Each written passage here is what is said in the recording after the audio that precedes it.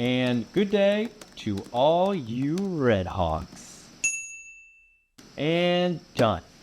50th episode complete. Happy birthday! Oh my god, thank you guys so much. That tastes so good. Of course, it's your big 5-0. We had to do something special. No, it's seriously, thank you guys so much for this. No, Lily's right. Honestly, I'm surprised you even made it this far. Made it this far? Guys, I'm only 50. So what were you thinking in terms of caskets? Birch is really in this year, but you could go more classic with an oak. Casket? And about that, Will, film equipment is expensive, so I know there's a trust fund somewhere. Guys, why are we planning a funeral? I'm only 50. I'm still a kid. But I'm not that old.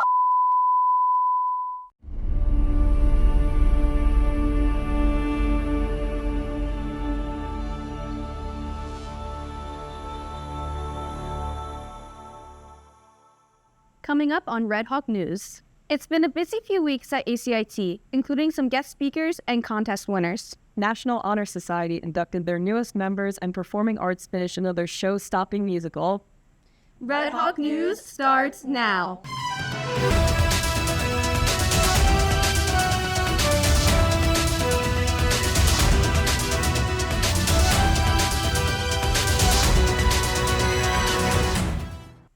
Welcome to a very special 50th episode of Red Hawk News, the most trusted source for everything ACIT.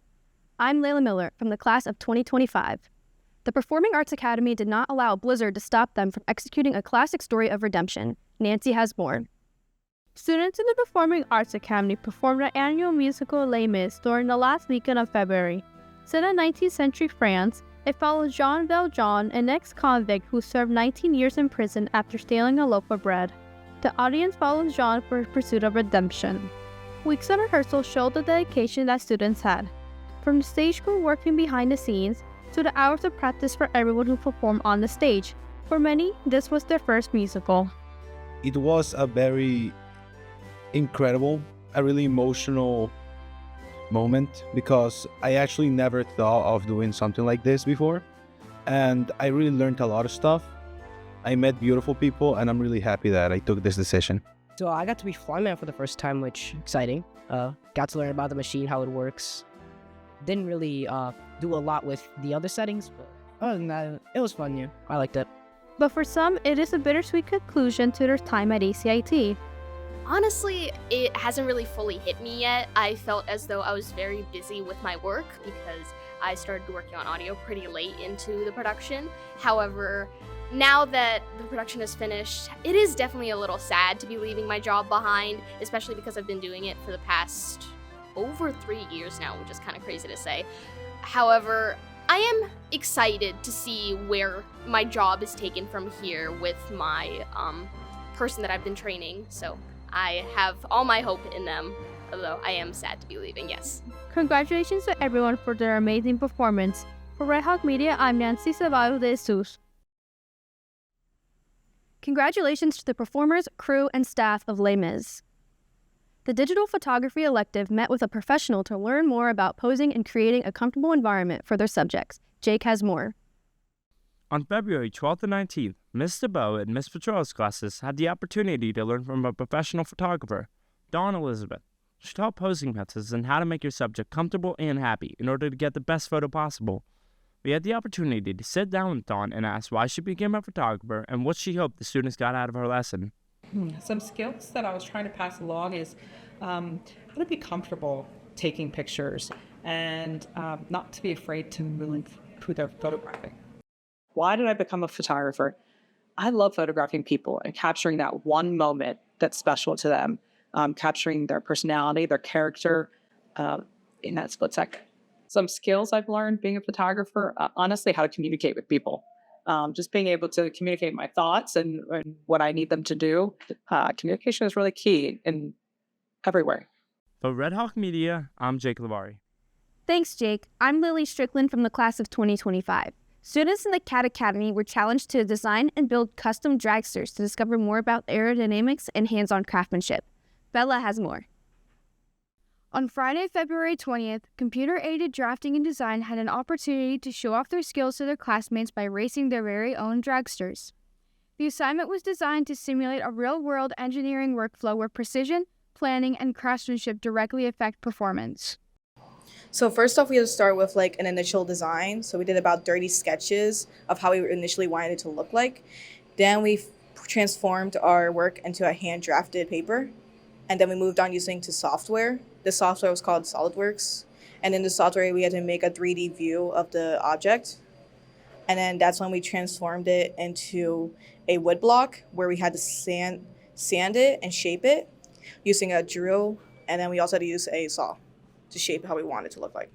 By racing their dragsters, students experienced firsthand how closely following specifications, understanding design constraints, and producing quality workmanship can influence outcomes.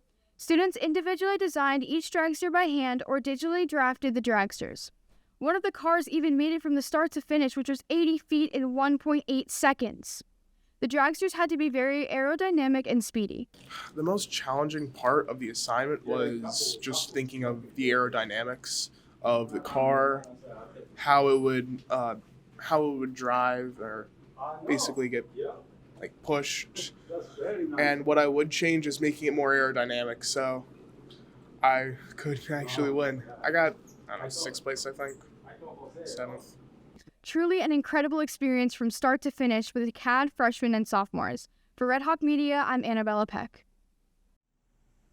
We'll be right back after this quick break with a special 50th episode segment of Cooking It Up.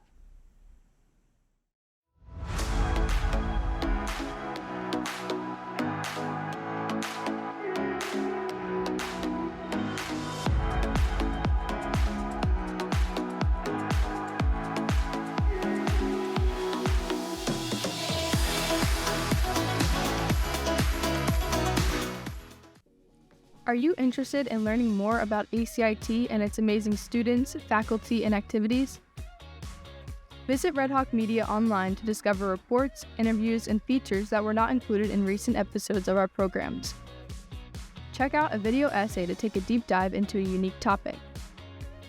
Watch an explainer clip to learn a new skill, or enjoy one of ACIT's many shows in the Performing Arts Center. Got a story we should cover? Whether it's an unsung hero on campus or a club event we missed, we want to hear from you. Scan the code on the left and let us know about it. Scan the QR code on the right to visit us online. Remember to subscribe and follow us on social media to receive the latest news. Red Hawk Media is always on the lookout for the best of ACIT.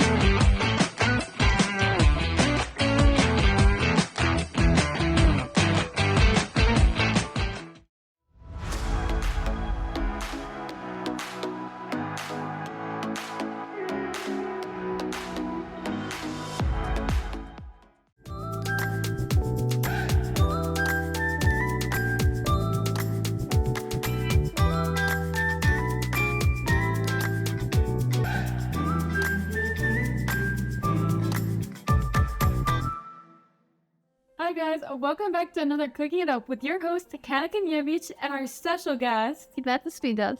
Today we're going to be baking a Jellycat cake for Red Hawk News' 50th anniversary. So let's get into it. The ingredients include 225 grams of all-purpose flour, 1.5 teaspoons of baking powder, a half teaspoon of salt, 3 large eggs, 225 grams of granulated sugar, 85 grams of unsalted butter, 190 grams of milk, 2 tablespoons of oil, 1.5 teaspoons of vanilla extract, 300 grams of whipping cream or heavy cream, 30 grams of powdered sugar, 1 to 2 teaspoons of cocoa powder, 4 tablespoons of strawberry jam, 2 to 3 fresh strawberries, and 20 grams of milk chocolate. Before you start anything, preheat your oven to 350 degrees. We will start by making the cake layers. First, get a small bowl, stir together flour, baking powder, and salt. Set aside. For the hot milk mixture, get a small pot or a microwave-safe bowl, add the butter, milk, oil, and vanilla extract. Heat it on the stovetop or in the microwave until the butter has melted. Next, in a large mixing bowl, add the eggs and sugar. Use an electric hand mixer fitted with a whisk attachment to beat the mixture for a full 6 minutes at medium speed or until the mixture has tripled in size and becomes very pale, almost white in color. Then, add half of the flour mixture and mix on low speed until just barely combined. Add the rest of the flour and mix until mostly combined. Some flour patches are fine because you'll continue mixing some more in the next step and we don't want to overmix. With the mixture on low speed, slowly stream in the hot milk mixture until you have a smooth and fluid batter. After that, divide the batter into your lined cake pans until about halfway full. Bake cakes for about 35 to 40 minutes or until a toothpick inserted in the middle comes out mostly clean with a few crumbs.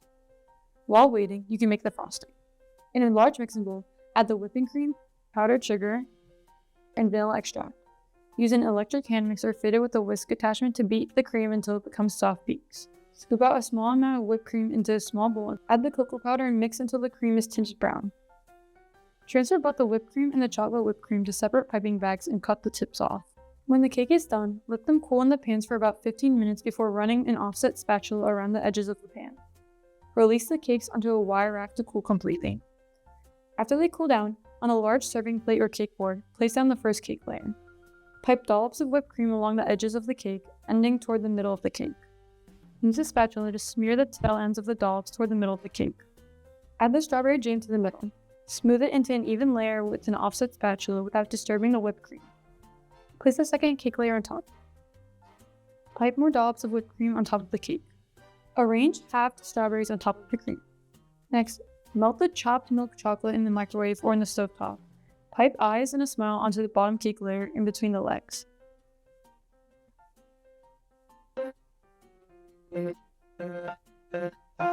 Happy 50th episode. We love you, Red Hawk News.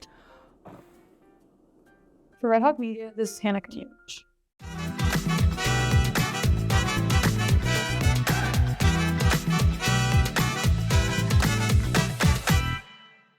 That looks delicious. Birthday cakes are always a winner, whether it's for a TV show or an actual person.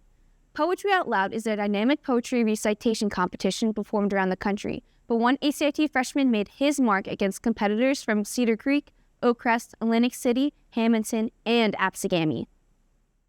Poetry Out Loud is a national arts education program that encourages high school students to memorize and recite poems as a way to introduce them to the world of beautiful poetry.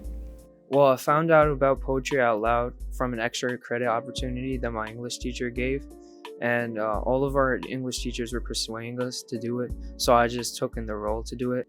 In my junior year, my English teacher at the time, my current psychology teacher, Mr. Callens, he informed me about this competition that he was going to be helping one certain student with in the hopes of going to Stockton and then carrying on with that. This year's judges were Miss Emmons and Mr. Callens, both English teachers. They chose the winner based on accuracy, physical presence, voice and articulation, dramatic appropriateness, and overall performance quality. I was nervous, but I had confidence because it was my first time being on the Stockton stage, and I actually really enjoyed it. So it basically takes like a lot of practice. I definitely would say that you would have to dedicate a lot of hours at night to just reciting your poems, making sure that not only do you remember your poems, but you need to put the necessary flair onto it. There's a lot of nuances when it comes to reciting poetry, especially well enough to go to Stockton. But I would suggest that if you have the time, if you have the energy, to definitely go ahead and practice.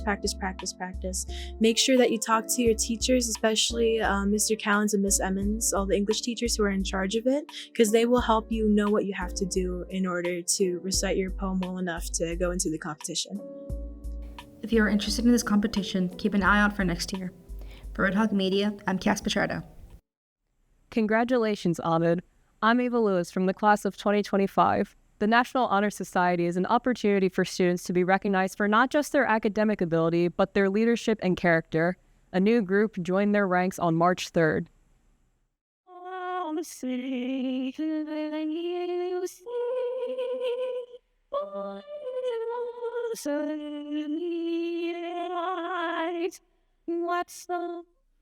On March 3rd, 2026, ACIT held the National Honor Society induction ceremony for approximately 30 accepted students.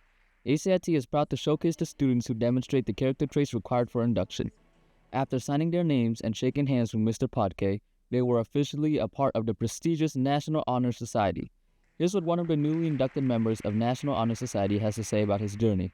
If someone's applying for National Honor Society or National Technical Honor Society, they should know that there is a community service requirement. So for NHS, you have to do 20 community service hours to be inducted.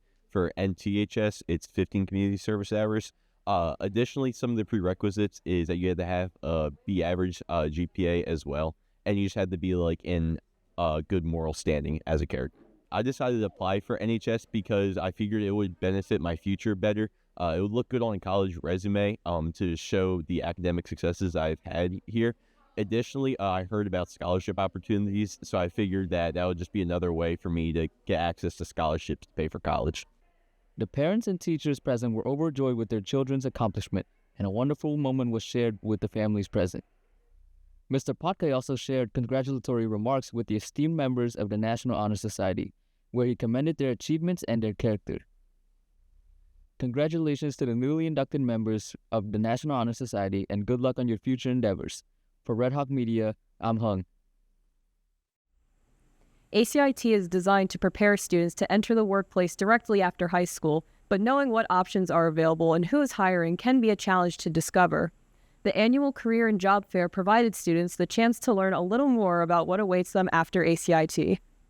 The annual ACIT Job and Career Fair was a success. The main building gym was packed wall-to-wall with vendors and students.